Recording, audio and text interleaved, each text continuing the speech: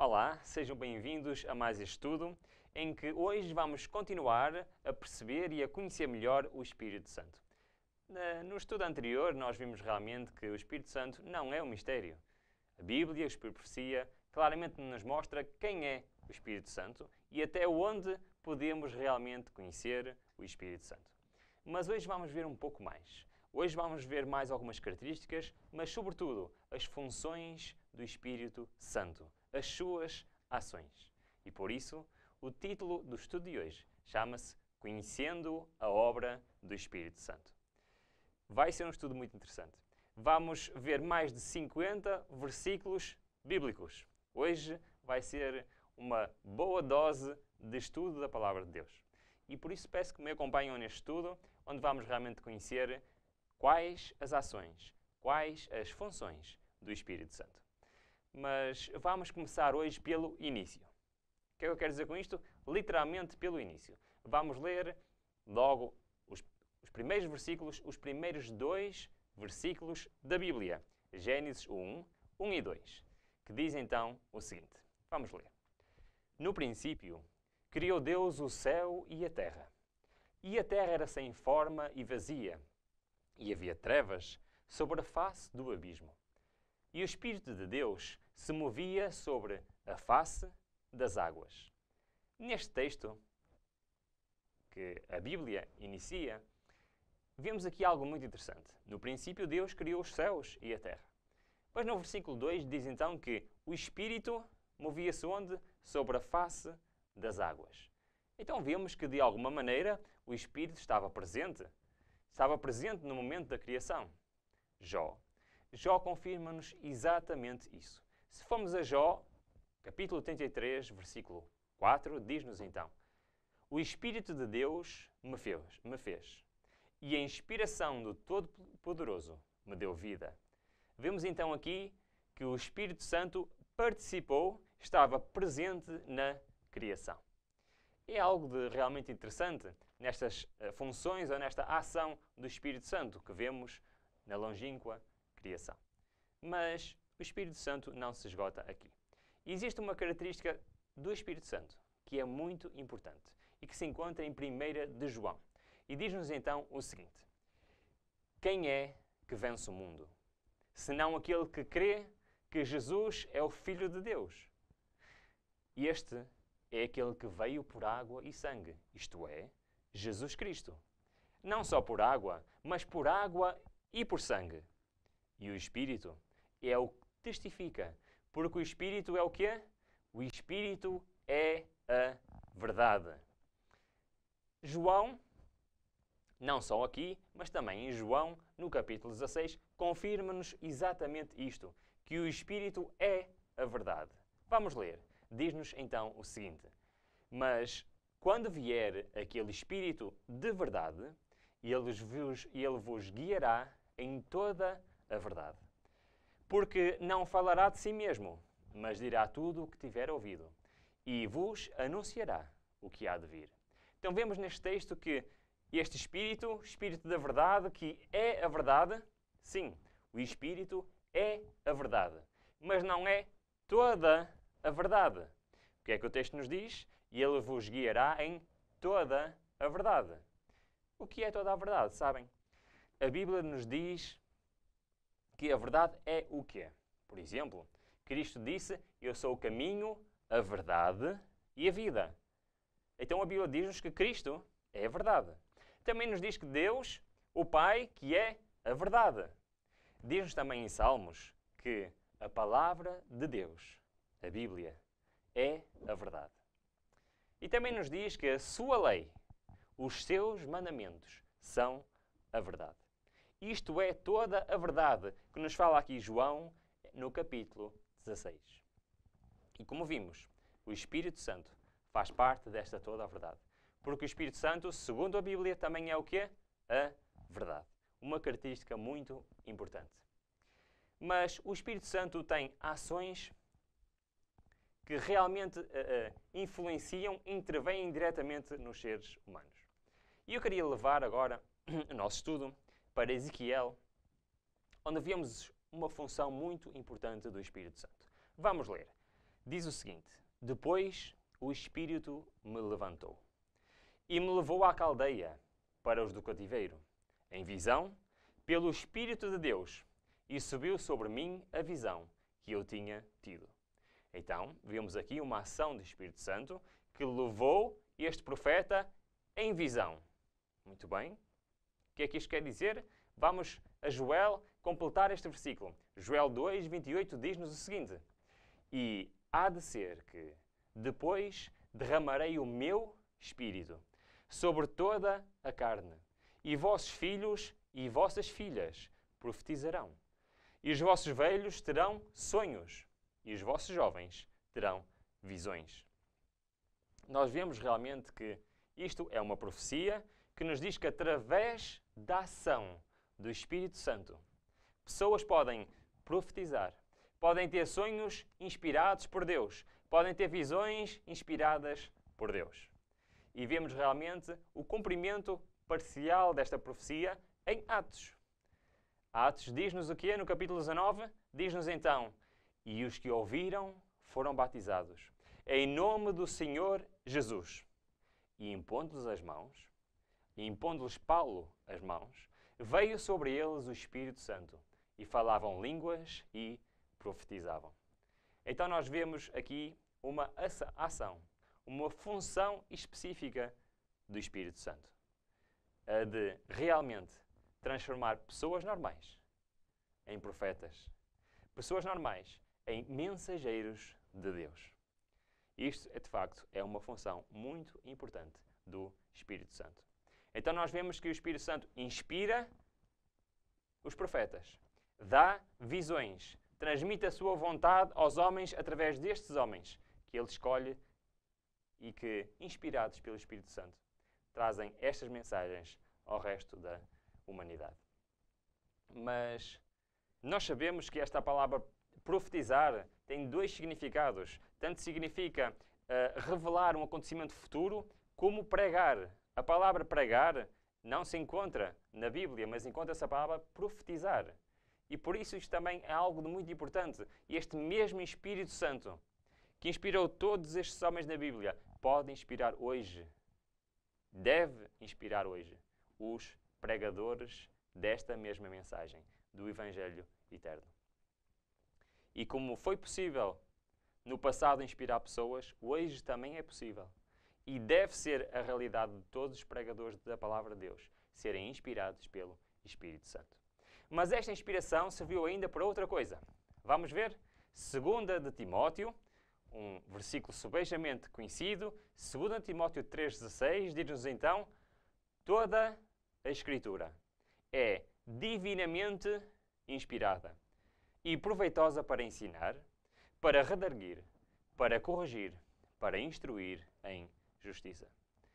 Toda a Escritura, a Palavra de Deus, aquilo que atualmente nós chamamos de Bíblia, foi inspirada por Deus através desta função especial do Espírito Santo.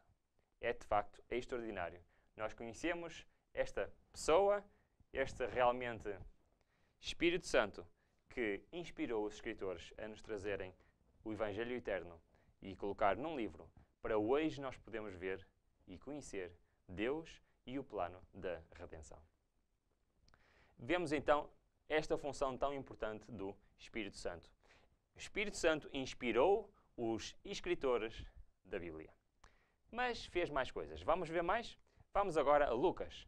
Lucas, no capítulo 1, diz-nos algo de muito interessante que o Espírito Santo também participou. Vamos ver? Diz-nos o seguinte: E disse Maria ao anjo: Como se fará isto, visto que não conheço homem algum? E respondendo o anjo, disse-lhe: Descerá sobre ti o Espírito Santo, e a virtude do Altíssimo te cobrirá com a sua sombra.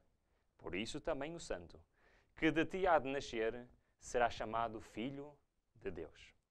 A confirmar este relato, temos também Mateus, que é o outro evangelho que relata esta história.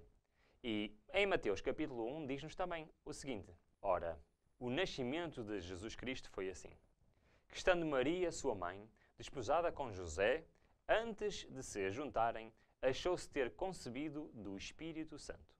Então, José, seu marido, como era justo e não a queria infamar, intentou deixá-la secretamente. E projetando ele isto, eis que em sonho lhe apareceu um anjo do Senhor, dizendo: José, filho de Davi, não temas receber a Maria, tua mulher, porque o que nela está, gerado é do Espírito Santo. Então vemos aqui mais uma função, mais uma ação do Espírito Santo que foi: participou na encarnação de Jesus Cristo. Vimos já que participou na criação e vimos também que participou na encarnação de Jesus Cristo. Outra função do Espírito Santo. Mas a participação do Espírito Santo na vida de Cristo, enquanto ele esteve nesta terra, não se esgota na encarnação, no nascimento de Jesus Cristo. Durante a sua vida houve uma ação direta do Espírito Santo na vida de Cristo. Vamos ver? Sim. Lucas capítulo 4 diz-nos então o seguinte, por próprias palavras de Jesus Cristo: O Espírito do Senhor é sobre mim, pois que me ungiu para evangelizar os pobres. Enviou-me a curar os quebrantados de coração, a pregar liberdade aos cativos e a restauração da vista aos cegos, a pôr em liberdade os oprimidos, a anunciar o ano aceitável do Senhor. Então vimos aqui que o Espírito Santo era com Jesus Cristo. E todas estas ações que Cristo fez nesta terra, o pregar o Evangelho, o curar as pessoas, tudo isso era resultado da ação do Espírito Santo nele. E por isso nós sabemos que todos aqueles milagres que Cristo operou, também nós o poderíamos se tivéssemos esta mesma convivência que Cristo tinha com o Espírito Santo. Em Atos, no capítulo 10, vemos exatamente isto a acontecer. E diz-nos o seguinte: esta palavra vós bem sabeis. Veio por toda a Judeia, começando pela Galileia, depois do batismo que João pregou, como Deus ungiu a Jesus de Nazaré com o Espírito Santo e com virtude, o qual andou fazendo bem e curando a todos os oprimidos do diabo, porque Deus era com ele. Então vemos aqui mais uma ação do Espírito Santo, que foi ele deu poder e orientava a Cristo. E vemos então que os milagres, as ações de Cristo, foram pelo poder dado a ele, pelo Espírito Santo. E Cristo confirma isso mesmo. Por exemplo, nós fomos a Mateus 12, Cristo diz: mas se eu expulso os demónios, porquê? Pelo Espírito de Deus. Logo é chegado a vós o reino de Deus. Cristo confirma isto mesmo, que os seus milagres era pela ação do Espírito Santo. E vemos realmente aqui o poder do Espírito Santo de poder expulsar demónios. Nós já vimos algumas das funções, das ações do Espírito Santo. Vimos que ele esteve presente na criação, vimos que ele esteve presente na encarnação, mas também esteve presente na ressurreição. Romanos, capítulo 8, diz-nos exatamente isso. E passo a ler. E se o Espírito daquele que dentre os mortos ressuscitou Jesus habita em vós, aquele que dentre os mortos ressuscitou a Cristo também vivificará os vossos corpos mortais, pelo seu Espírito que em vós habita. É verdade. Assim como ele participou na vivificação de Cristo, assim como ele participou na ressurreição de Cristo, ele quer fazer de ti e de mim uma criatura nova. Quer que nós nasçamos de novo pelo poder, pela ação deste Espírito Santo de Deus. É então aqui uma ação extraordinária. Esteve presente na criação, esteve presente na encarnação e também esteve presente na ressurreição. 1 Pedro confirma-nos então isto, que diz-nos: porque também Cristo padeceu uma vez pelos pecados, o justo pelos injustos, para levar-nos a Deus. Mortificado na verdade, na carne, mas vivificado pelo Espírito. Participou então o Espírito Santo na ressurreição de Jesus. quem enviou o Espírito Santo? Vamos ver a resposta? A resposta encontra-se em Gálatas 4:6, que diz-nos então: e porque sois filhos, Deus enviou aos vossos corações o Espírito de seu Filho, que clama, Abba, Pai. Então vemos aqui que Deus enviou o Espírito. Foi só Deus que enviou o Espírito? Vamos ver. Mateus 3:11 diz-nos: e eu, em verdade, vos batizo com água. Portanto, isto era João Batista que estava a falar. E dizia João Batista: e eu, em verdade, vos batizo com água para o arrependimento.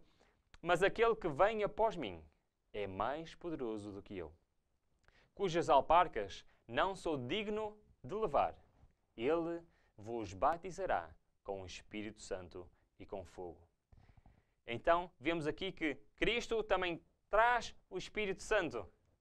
E vemos realmente isto retratado também na vida do Espírito Santo, quando Ele deu esse mesmo Espírito Santo aos apóstolos, aos discípulos. Vemos isto em João, no capítulo 20, que nos diz: disse-lhes, pois, Jesus outra vez: paz seja convosco. Assim como o Pai me enviou, também eu vos envio a vós. E havendo dito isto, assoprou sobre eles e disse-lhes: recebei o Espírito Santo. Vemos então aqui Cristo a dar o Espírito Santo aos discípulos. Então nós vemos que o Espírito Santo é enviado por Deus, é enviado por Jesus. Aliás, a profecia diz claramente que o Espírito Santo é o representante do Pai e é o representante de Jesus Cristo aqui nesta terra. E eles dois estão representados aqui por Ele.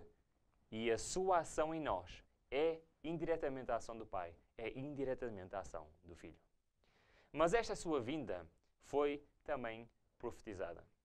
Esta vinda especial do Espírito Santo para os apóstolos, para os discípulos, que permitiram eles levar o Evangelho com tanta força na sua época, está profetizada já no Velho Testamento.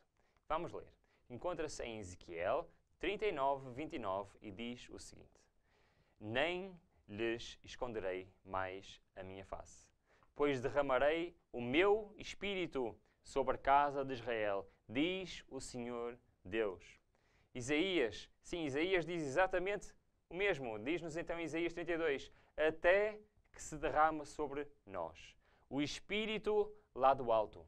Então o deserto se tornará um campo fértil, e o campo fértil será reputado por um bosque. Então nós vemos que esta vinda especial do Espírito Santo estava profetizada já no Velho Testamento. E aconteceu na época dos apóstolos, que permitiram de facto levar o Evangelho a todos os países à volta de Jerusalém, de Israel também. Nós vemos aqui algo muito interessante. O Espírito Santo estava presente na criação, na ressurreição, na vida de Cristo, na encarnação também. Vimos que o Espírito Santo foi derramado de uma forma especial depois também aos apóstolos. Mas o que é que isto tem a ver connosco? Sabem, assim como o Espírito Santo atuou no passado, o Espírito Santo hoje quer atuar em ti, quer atuar em mim. E quer fazer de nós pessoas que testifiquem de Cristo. E isto é uma das funções mais importantes do Espírito Santo. Fazer de pessoas testemunhas a favor de Cristo. João 15 fala-nos acerca disto, em que nos diz o seguinte: mas quando vier o Consolador, ou seja, este Espírito Santo, que eu, da parte do Pai, vos hei de enviar, aquele Espírito de verdade, que procede do Pai, e Ele testificará de mim. E vós, agora vem a ação do Espírito Santo para as pessoas, e vós também testificareis, pois estiveste comigo desde o princípio.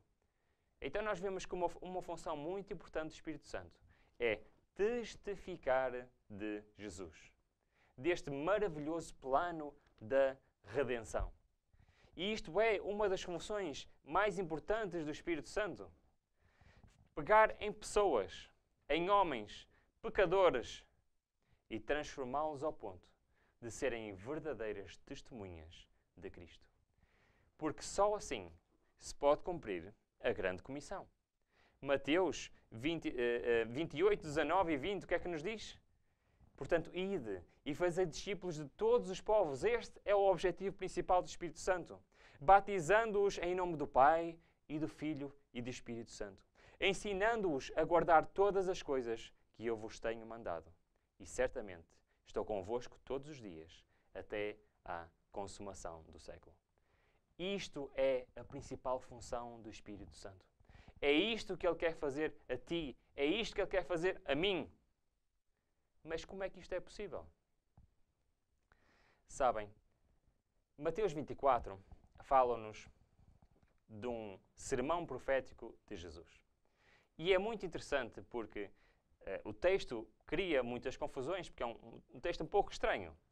Mas vamos ler alguns versículos e tentar perceber o que é que isto tem a ver com a mensagem de hoje. Vamos começar. Mateus 24, no versículo 1, diz-nos o seguinte.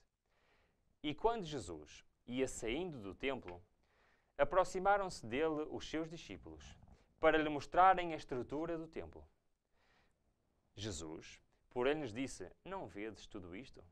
Em verdade vos digo que não ficará aqui pedra sobre pedra, que não seja derrubada. E estando assentado no Monte das Oliveiras, chegaram-se a ele os seus discípulos em particular, dizendo, diz-nos, quando serão essas coisas? E que sinal haverá da tua vinda e do fim do mundo? Então, nestes versículos, vemos algo de interessante. Os discípulos estavam a mostrar o templo, o magnífico templo de Jerusalém, a Jesus. E Jesus diz-nos uma afirmação muito estranha, porque eles estão ali todos contentes a mostrar o templo e Jesus diz, não ficará pedra sobre pedra. Anunciava aos discípulos que um dia no futuro aquele templo iria ser destruído, completamente destruído. Como aliás veio a acontecer no ano 70 da nossa era. Ora, na cabeça dos discípulos isto fazia muita confusão. Como é que era possível o templo de Deus ser destruído? E por isso a pergunta que eles fazem a Jesus é uma pergunta que para nós hoje sabemos que não tem sentido, mas para eles era a visão que eles tinham. Quando é que acontecerá isso? Quando é que o templo será destruído? E quando será que sinal há da tua vinda e do fim do mundo? Porquê que eles perguntam isto? Porque na ideia dos discípulos, o templo só teria lógica ser destruído quando fosse o fim do mundo, quando Cristo voltasse em sua glória. Mas nós sabemos que este templo já foi destruído há muitos séculos atrás. E Cristo ainda não veio. O mundo ainda não terminou como existe hoje. Então, este capítulo 24, Cristo apresenta-lhes sinais, apresenta profecias, umas delas para o tempo do fim, outras delas para a destruição de Jerusalém. Mas quase todas elas com dupla aplicação.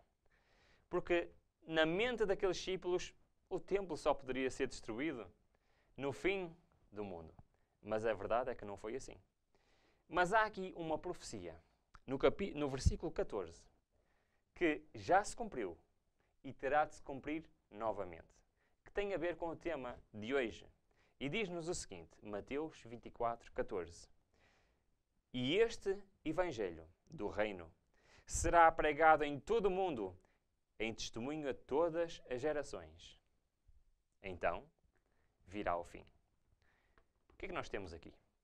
Nós temos uma profecia que nos diz que o Evangelho eterno, a verdadeira palavra de Deus, será pregada em todo o mundo e então virá o fim. Sabem, esta profecia já se cumpriu uma vez. Antes da destruição de Jerusalém, esta profecia foi cumprida. E antes da segunda vinda de Cristo, esta profecia voltará a ser cumprida. Eu queria dizer duas coisas. Em primeiro lugar, ela será cumprida da mesma maneira, por homens inspirados pelo Espírito Santo, que levarão este Evangelho eterno a todo o mundo. Mas já antes da destruição de Jerusalém, tivemos o primeiro cumprimento desta profecia. Como é que sabemos? Paulo nos revelou em Colossenses 1, 23, que nos diz então, se na verdade permaneceres fundados e firmes na fé, e não moverdes da esperança do Evangelho que tendes ouvido, o qual foi pregado a toda a criatura que há debaixo do céu, e do qual eu, Paulo, estou feito ministro. Paulo foi um dos grandes participantes desta pregação do Evangelho, que levou a mensagem a todo o mundo conhecido, na época dos apóstolos. Mas este texto diz-nos que se foi possível no tempo deles, também hoje é possível. E a profecia bíblica diz que será possível. Farás tu parte desta maravilhosa profecia. Farei eu parte desta maravilhosa profecia. Sabem, só é possível se nós formos pessoas que tivemos o Espírito Santo a habitar em nós. Porque esta tarefa só é possível pela ação extraordinária, esta função extraordinária do Espírito Santo. Esta, de facto, é uma das funções mais importantes do Espírito Santo. Pegar num homem comum e fazer dele uma verdadeira testemunha de Cristo. De novo, Deus procura hoje homens, mulheres para esta função. E Ele está pronto para capacitar as pessoas para isto. E Ele não espera todas as pessoas fazer o mesmo. Ele não espera que sejam todos pregadores, ou todos que ajudem os pobres, ou todos que ajudem os doentes. Não. Ele capacita cada um de acordo com a sua vontade. E esta é mais uma das funções do Espírito Santo. A distribuição de dons espirituais. Nós vemos isto em Efésios capítulo 4, que vamos ler de seguida. Diz-nos o seguinte, Efésios 4, 11 e 12. E Ele mesmo deu uns para apóstolos, outros para profetas, para pregadores, e outros para evangelistas, e outros para pastores e doutores, querendo o aperfeiçoamento dos santos, para a obra do ministério e para a edificação do corpo de Cristo, que é a sua igreja aqui nesta terra. Então nós vemos que outra função do Espírito Santo aqui é distribuir dons espirituais para homens e mulheres que estejam dispostos a trabalhar com a influência do Espírito Santo. Em Atos 13, vemos então outra função do Espírito Santo. Outra função muito importante do Espírito Santo. Atos 13, 2 diz-nos o seguinte: E servindo eles ao Senhor e jejuando, disse o Espírito Santo: Apartai-me a Barnabé e a Saulo para a obra, a que os tenho chamado. Então nós vemos aqui que o Espírito Santo selecionou dois homens para uma função muito importante. Sabem, esta é uma função importante também do Espírito Santo. A escolha dos dirigentes, escolha dos líderes, escolha de pessoas para realmente fazerem funções importantes. E por isso, sempre que temos que tomar decisões, e especialmente decisões importantes na igreja, essa decisão deve ser orientada pelo Espírito Santo. Porque é Ele que deve escolher os dirigentes, aqueles que estão à frente da sua obra. Mas o Espírito Santo não quer só dirigentes. Ele quer um corpo de Cristo, Ele quer uma igreja, quer todos os seus membros estejam do seu lado. E Ele quer habitar em nós. E tudo o que nós vimos até aqui só é possível pela ação do Espírito Santo. Mas o Espírito Santo só pode agir se habitar em nós. Se habitar em homens e em mulheres consagradas para a sua obra. E 1 Coríntios 3,16 diz-nos exatamente isso. Diz-nos então, não sabeis vós, que sois o templo de Deus e que o Espírito de Deus habita em vós? Sim, o Espírito Santo deve habitar em vós. Deve habitar em vós e deve habitar em mim. Mas será que isso é uma realidade da nossa vida? 2 Timóteo acrescenta e diz: guarda o bom depósito, pelo Espírito Santo que habita em vós. Por que o apóstolo Paulo está a dizer guarda o bom depósito? Será que nós podemos perder este Espírito Santo que quer habitar em nós? Sim. Salmos 51 diz-nos então: não lances fora da tua presença e não retires de mim o teu Espírito Santo. Sim, o Espírito Santo quer habitar em nós. Mas nós podemos ser um obstáculo para que o Espírito Santo habite em nós. Sabem, o facto do Espírito Santo habitar ou não em nós depende de nós. Porque o Espírito Santo quer habitar em toda a gente. No entanto, nós podemos ser um obstáculo para Ele habitar em nós. Então nós vemos esta ação importante do Espírito Santo. E Ele quer fazer de nós sua habitação. E como podemos nós receber esta maravilhosa presença do Espírito Santo em nós? Lucas 11:3 dá-nos a resposta. Pois se vós, sendo maus, sabeis dar boas dádivas aos vossos filhos, quanto mais dará o Pai Celestial, o Espírito Santo àqueles que lhe o pedirem. Como é que o Espírito Santo pode vir? É verdade, através da oração. É pela oração que podemos receber esta bênção do Espírito Santo. Tem que ser pedido pela oração ao Pai. Mas, será que basta pedir? Será que não temos que fazer mais nada? Não, não basta pedir. Temos que preencher as condições para o receber. E Atos 2 diz-nos exatamente uma condição sine qua non, ou seja, uma condição indispensável. E diz-nos o seguinte: e disse-lhes Pedro, arrependei-vos, e cada um de vós seja batizado em nome de Jesus Cristo, para perdão dos pecados, e só aí recebereis o dom do Espírito Santo.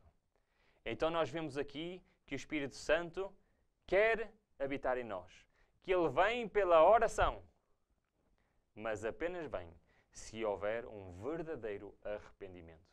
Ou seja, se nós nos arrependermos da nossa vida de pecado e colocarmos a nossa vida de acordo com a vontade de Deus, só aí estaremos aptos para receber o dom do Espírito Santo. E por isso temos que nos arrepender. Temos que ter os nossos pecados perdoados. E ao pedirmos aí o Espírito Santo, então Ele poderá fazer habitação em nós. E poderá começar aí o processo de transformação. Porque, como vimos, Ele vem pela oração e pelo arrependimento. E Ele tem uma função muito importante em nós. João 16:8 diz-nos e fala-nos sobre essa ação. E diz, e quando Ele vier, convencerá o mundo do pecado e da justiça e do juízo. Sabem, para nós sermos perdoados, primeiro temos que perceber que vivemos em pecado. Temos que reconhecer, temos que ser convencidos do nosso pecado e de que o pecado, ou o salário do pecado, leva à morte. E Deus é um Deus justo e um dia haverá um juízo. E para realmente um dia podermos comparecer perante Deus justificados, temos que nos convencer do pecado e nos arrependermos dessa vida pecaminosa. E tem que haver então uma transformação. Então o Espírito Santo, além de querer habitar em nós, e Ele faz esta obra de nos convencer do nosso pecado. Ele convence-nos então do pecado, da justiça e do juízo. Para que possamos voltar atrás e passar a não fazer a nossa vontade, mas fazer a vontade de Deus. A vontade de Deus é a sua lei. Mas até aí o Espírito Santo tem uma ação. E até aí nós vemos o amor de Deus, que até perante a lei temos a participação do Espírito Santo. Ezequiel 36:37 diz-nos o seguinte: e porei dentro de vós quem? O meu Espírito. E farei que andeis nos meus estatutos e guardeis os meus juízos e os observeis. Sabem, muitas pessoas dizem que é impossível guardar a lei. É impossível viver uma vida de acordo com a vontade de Deus. Essas pessoas não acreditam no Deus da Bíblia. Porque neste versículo nós vemos claramente que Deus promete que o Espírito Santo nos ajuda a cumprir a sua lei. Por isso só é impossível guardar a lei de Deus se o Espírito Santo não habitar em nós. Porque se o Espírito Santo habitar em nós, esta promessa se fará sentir na nossa vida. E então, o Espírito Santo nos ajudará, então, a cumprir a lei. Mais uma função do Espírito Santo. Ajuda-nos a cumprir a lei. E ainda mais, ajuda-nos a conhecer a verdade. João 16:13 diz-nos o seguinte: mas quando vier aquele Espírito de verdade, ele vos guiará em toda a verdade, porque não falará de si mesmo, mas dirá tudo o que tiver ouvido e vos anunciará o que há de vir. Mais uma função do Espírito Santo? Sim, esta é mais uma função do Espírito Santo, nos guiar em toda a verdade. É verdade. E Ele não só quer habitar em nós, não só nos quer ajudar a cumprir a lei, mas também nos quer revelar toda a verdade bíblica e nos ensinar. 1 de João diz-nos exatamente isso. E continua este texto e complementa este texto dizendo: e a unção que vós recebestes dele fica em vós, dele, do Espírito Santo. E não tendes necessidade de que alguém vos ensine, mas com a sua unção vos ensina todas as coisas. E é verdadeira e não é mentira. Como ela vos ensinou, assim nele permanecereis. É verdade. O Espírito Santo quer nos ensinar. E por isso é que é tão importante, sempre que abrimos a palavra de Deus, devemos dobrar os nossos joelhos, pedir a bênção de Deus para o estudo da sua palavra. Porque se assim o fizermos, damos permissão ao Espírito Santo para atuar em nós e para nos revelar as verdades da sua palavra. Mais uma função do Espírito Santo, sim. Ele ensina-nos e guia-nos na verdade. E se Ele realmente habitar em nós, e Ele quer não só nos ensinar, não só nos ajudar a guardar a lei, mas quer nos transformar à imagem de Deus. Paulo diz exatamente isto em 2 de Coríntios, num dos meus versículos preferidos. E eu devo reconhecer que demorei anos a conseguir perceber este versículo. Mas este versículo diz-nos algo muito importante sobre esta função do Espírito Santo, de nos querer transformar o nosso coração, o nosso caráter, o nosso ser. Paulo diz-nos então em 2 de Coríntios: mas todos nós, com o rosto descoberto, refletindo como um espelho a glória do Senhor, somos transformados de glória em glória na mesma imagem. Como? Pelo Espírito do Senhor. Sim. O Espírito Santo quer transformar o teu caráter. O Espírito Santo quer transformar o teu ser, os teus gostos, os teus desejos. Quer transformar a tua inclinação para o mal, para uma inclinação para o bem. Isto é uma ação fundamental do Espírito Santo. Sabem, a Bíblia promete vida eterna para os salvos. Mas a Bíblia diz que há uma coisa que nós vamos levar connosco para o céu, para a nova terra. É o nosso caráter. Mas nós só podemos levar um caráter que tenha sido transformado pelo Espírito Santo e tenha sido feito semelhante ao de Cristo. E por isso, quer queiramos, quer não, nós só lá estaremos um dia se o Espírito Santo trabalhar no nosso coração e nos transformar à imagem e semelhança de Cristo. E por isso essa função do Espírito Santo é tão importante. E esta função qual é? Transformar-nos à imagem de Deus. Já vimos tantas funções do Espírito Santo. Já o estamos a conhecer melhor, quais as suas funções, o que é que Ele quer, as suas ações e o que é que isso tem a ver com a nossa vida espiritual. Mas Ele não só nos quer transformar, mas também nos quer dar poder. É verdade. Nos quer dar poder. Que poder? Vamos ler. Lucas 24, 49 diz-nos o seguinte: e eis que sobre vós envio a promessa do meu Pai. Ficai, porém, na cidade de Jerusalém, até que do alto sejais revestidos de poder. É verdade.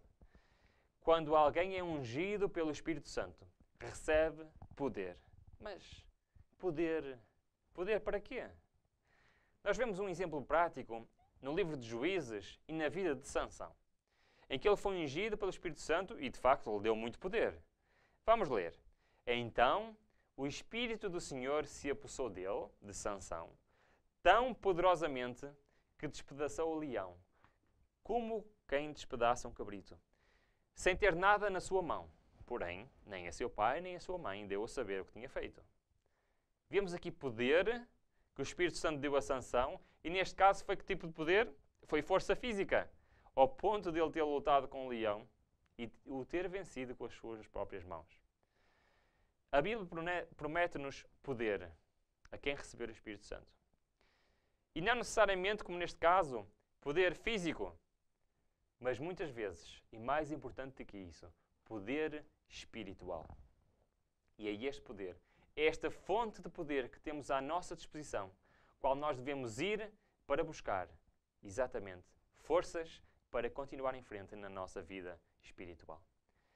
E não só Ele nos promete poder, mas também nos promete ajuda nas nossas fraquezas. É verdade. Nós vemos que o Espírito Santo trabalha em tudo na nossa vida. E em Romanos 8:26 diz-nos então Paulo, e da mesma maneira, também o Espírito ajuda as nossas fraquezas. Porque não sabemos o que havemos de pedir como convém, mas o mesmo Espírito intercede por nós com gemidos inexprimíveis. Até nas nossas fraquezas, o Espírito Santo nos quer ajudar. Realmente nós vemos que o Espírito Santo é uma boa companhia e Ele quer habitar em nós. Por que é que nós colocamos obstáculos ao Espírito Santo? Por que é que nós insistimos em fazer a nossa vontade, em vez de fazer a vontade de Deus? E impedimos assim que o Espírito Santo habite em nós. Já vimos quão tamanhas são as funções do Espírito Santo e a diferença que Ele pode fazer na nossa vida. Cabe a ti decidir, cabe a mim decidir, se realmente queremos a presença do Espírito Santo na nossa vida. Porque Ele não só nos quer dar poder, não só nos quer ajudar a cumprir a lei, não só nos quer ajudar nas nossas fraquezas, Ele também nos quer vivificar. É verdade. E Paulo, em 2 Coríntios, fala-nos exatamente isso. 2 Coríntios 3,6 diz-nos, o qual nos fez também capazes de ser ministros de um novo testamento, não da letra, mas do Espírito, porque a letra mata e o Espírito vivifica. É verdade. A letra, a lei, condena, mas o Espírito vivifica. Mais uma função do Espírito Santo. E Ele quer nos vivificar. João, no capítulo 16, confirma exatamente isto, quando nos diz, o Espírito é o que vivifica, a carne para nada aproveita. As palavras que eu vos digo são de Espírito e vida. Realmente, o Espírito Santo é extraordinário. Como é que é possível nós não queremos a ação deste Espírito na nossa vida? Aproveitemos então, hoje, para decidir no nosso coração, pôr a nossa vida de acordo com a vontade de Deus. Arrependermos-nos dos nossos pecados, da nossa iniquidade, daquilo que nós fazemos que afasta o Espírito Santo de nós. E entregamos a nossa vida a Deus, para que o Espírito Santo possa fazer a sua obra. E esta obra extraordinária dentro do nosso coração. Nós vemos então que Ele nos vivifica. Ele nos ajuda nas nossas fraquezas. E Ele nos ajuda a cumprir a palavra de Deus, a cumprir a sua lei. Ele quer nos transformar o nosso caráter, quer nos tornar como o caráter de Cristo. Mas sabem, tudo isto tem só um único objetivo. E o objetivo foi o que lemos há bocado. Mateus 28, 19 e 20. A grande comissão de levar o Evangelho a todo o mundo. Nós já vimos que esta missão foi dada aos discípulos e foi dada a nós. Os discípulos cumpriram a sua parte. Deixaram que o Espírito Santo trabalhasse neles e levaram o Evangelho a todos os países circundantes. Qual é a tua decisão? Qual é a minha decisão? Será que vamos deixar que o Espírito Santo trabalhe também em nós? Será que vamos deixar que o Espírito Santo faça esta grande missão e que nós possamos ser realmente instrumentos nas suas mãos? Atos 1:8 diz-nos o seguinte: mas recebereis a virtude do Espírito Santo, que há de vir sobre vós, e ser-me-eis testemunhas, tanto em Jerusalém, como em toda a Judeia e Samaria, e até onde? Até aos confins da terra. E este é o objetivo do Espírito Santo. Todas as funções, todas as obras do Espírito Santo servem para um propósito: ter homens e mulheres que, inspirados por Ele, possam ser verdadeiras testemunhas suas e possam levar o Evangelho eterno até aos confins da terra. E sabem, como vimos, o Espírito Santo quer agir em nós. E por isso é que nós vemos no livro de Atos tantos versículos que nos falam sobre a ação do Espírito Santo, ou pessoas movidas pelo Espírito Santo fazerem então trabalho para o Senhor. E em Atos 1:8, como vimos, o objetivo é fazer de nós verdadeiras testemunhas. E se formos a Atos 10, por exemplo, que é o próximo versículo que vamos ver, vemos então concretamente o Espírito a fazer testemunhas para Cristo. Atos 10, 19 e 20 diz-nos: e pensando Pedro naquela visão, disse-lhe o Espírito: eis que 3 homens te buscam. Levanta-te, pois, desce e vai com eles, não duvidando. Porquê? Porque eu vos enviei. Então vemos aqui o Espírito Santo especificamente a enviar Pedro a alguém que precisava de ouvir da sua palavra. Atos 16, temos exatamente uma situação semelhante, que nos diz, Atos 16, 6, e passando pela Frígida e pela província da Galácia, foram impelidos pelo Espírito Santo de anunciar a palavra na Ásia. É exatamente isto que Deus quer de nós. Que através da ação do Espírito Santo possamos ser suas testemunhas. E não termina aqui. Porque o que é que nos disse estes últimos 2 versículos? É que é o próprio Espírito Santo que nos envia a quem e aonde precisam de ouvir a sua palavra. Vimos no exemplo de Pedro e vimos aqui neste exemplo também o Espírito Santo a dirigir os seus servos, os servos de Deus, a quem precisa de ouvir a palavra, o Evangelho eterno. Então isto é mais uma função do Espírito Santo. É enviar pessoas consagradas a quem precisa de ouvir a palavra de Deus.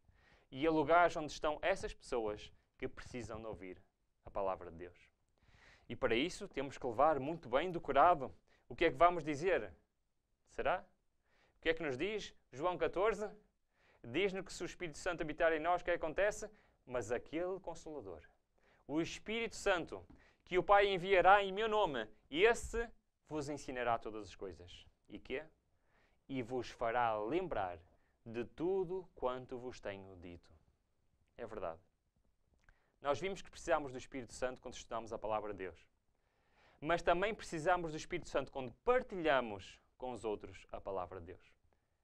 E pessoas consagradas que têm o Espírito Santo nelas, temos aqui uma promessa de Deus que colocará na sua mente e o fará lembrar tudo aquilo que eles já estudaram, para poderem dizer exatamente as palavras que aquelas pessoas precisam de ouvir. Não só nos lembrará, como colocará na nossa boca as palavras que as pessoas precisam ouvir. Lucas 12:12 diz-nos exatamente isso, que diz: porque na mesma hora vos ensinará o Espírito Santo o que vos convém falar. É de facto extraordinário. E devemos realmente ansiar ter o Espírito Santo presente na nossa vida. Porque tudo isto que vimos até aqui poderá ser uma realidade na tua vida, poderá ser uma realidade na minha vida, se de facto nos deixarmos ser movidos pelo Espírito Santo. Nós já vimos muitas características, já vimos muitas ações do Espírito Santo. E em todos estes versículos nós vimos, por exemplo, que o Espírito Santo, e podem-me acompanhar no quadro, o Espírito Santo participou na criação. O Espírito Santo é a verdade. Vimos que foi Ele que inspirou os profetas, que deu visões, inspirou também os escritores da Bíblia. Vimos também que Ele participou na encarnação de Jesus, que deu poder e orientava a Jesus, ao ponto de que os milagres, e por exemplo vimos o exemplo de expulsar demónios, foram feitos pelo poder, pela ação do Espírito Santo. Vemos também que Ele participou na ressurreição de Jesus, que é enviado por Deus, que é enviado por Cristo, que é os seus representantes nesta terra. Vimos que a sua vinda foi profetizada. Vimos que Ele testifica de Jesus, e não só testifica, mas como quer que outros testifiquem de Jesus. Vimos que é Ele que distribui os dons espirituais. Vimos que é Ele que deve orientar a escolha dos dirigentes, mas principalmente vimos que Ele quer habitar em nós, que Ele vem pela oração, vem pelo arrependimento, e é Ele que nos convence do pecado, da justiça e do juízo. É Ele também que nos ajuda a cumprir a lei. É Ele que nos ensina, que nos guia na verdade e quer nos transformar à imagem de Deus. Quer nos dar poder, quer nos ajudar nas nossas fraquezas e quer vivificar-nos. Para quê?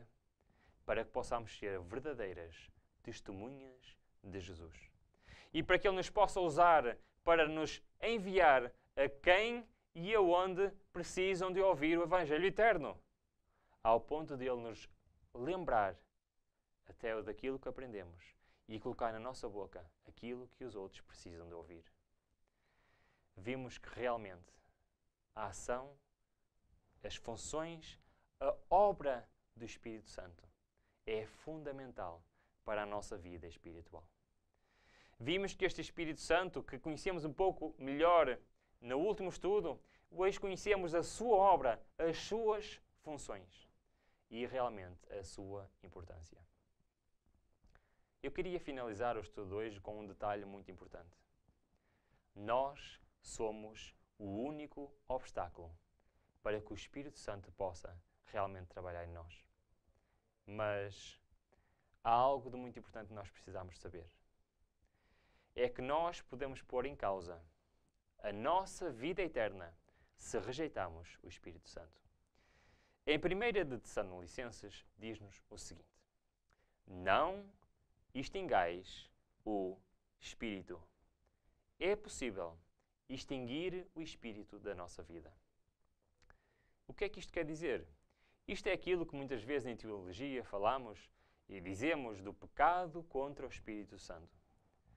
A Bíblia fala-nos deste pecado e das implicações que este pecado pode ter na nossa vida. Um exemplo, Atos 5. Já lemos algumas vezes em estudos anteriores, mas hoje vamos ler outra vez. Diz-nos Atos 5. Disse então Pedro: Ananias, porque encheu Satanás o teu coração para que mentisses ao Espírito Santo e retivesses parte do preço da herdade, guardando-a não ficava para ti, e vendida não estava em teu poder, porque formaste este desígnio em teu coração. Não mentiste aos homens, mas a Deus. E Ananias, ouvindo estas palavras, caiu e expirou. Um grande temor veio sobre todos os que ouviram isto. Os que isto ouviram. O que é que este texto nos está aqui a dizer? E este texto está-nos a falar exatamente disto. Da gravidade que é o pecado contra o Espírito Santo.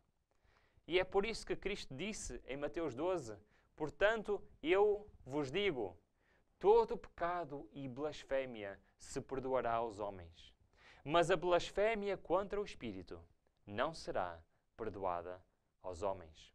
Qualquer, porém, que blasfemar, diz Marcos, contra o Espírito Santo, nunca obterá perdão, mas será réu do eterno juízo. O que é que isto quer dizer?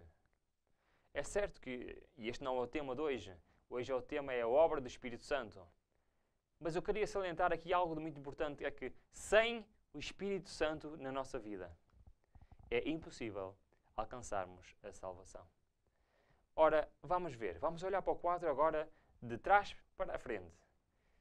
Se nós não tivermos o Espírito Santo, nós não nos podemos lembrar do que aprendemos, nem seremos enviados por Ele à grande comissão de pregar o Evangelho.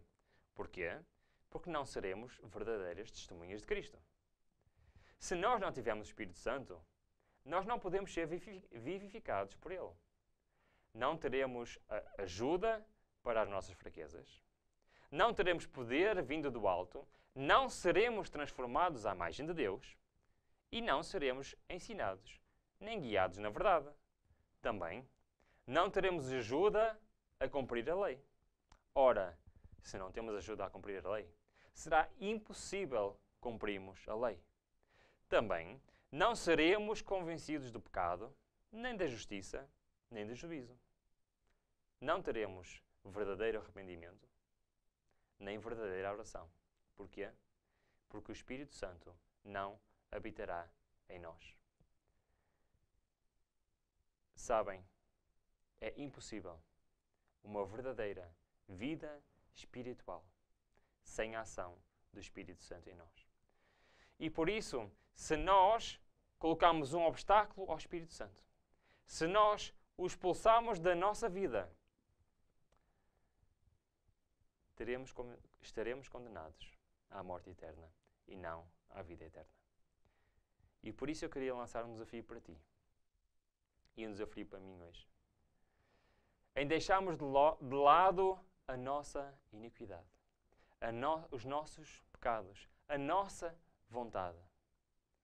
De facto, decidimos hoje colocar a nossa vida de acordo com a vontade de Deus em todos os aspectos da nossa vida. Deus diz-nos na palavra de Deus, se o teu olho te escandalizar, arranca-o fora. Ora, Deus não quer pessoas sem olhos. O que Ele está a querer dizer é, se tu andas a ver coisas que não deves, mais valia ser cego e ser salvo do que seres alguém que vê perfeitamente e anda a contemplar a iniquidade e um dia perder a vida eterna por isso. E por isso o meu desafio para ti hoje é que deixes de ver coisas que tu sabes que Deus não aprova.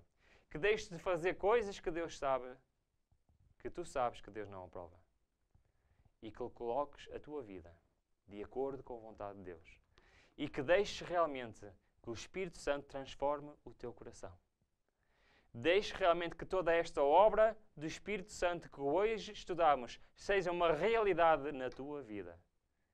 Porque assim é garantido que um dia estarás aprovado perante Deus e um dia irás desfrutar da vida eterna. E este é o meu desejo, é a minha oração para ti e para mim. Amém.